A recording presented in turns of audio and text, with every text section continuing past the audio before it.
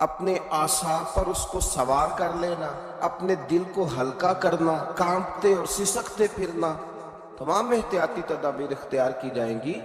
لیکن مسلمان فقط اللہ سے ڈرتا ہے۔ اس کو بتایا گیا ہے کہ تیرے لیے جو موت ہے یہ کوئی اختتام کی بات نہیں ہے، اس کے بعد اللہ نے تیرے لیے قبر میں، جنت میں بڑی آسانیاں تیار کی۔ تو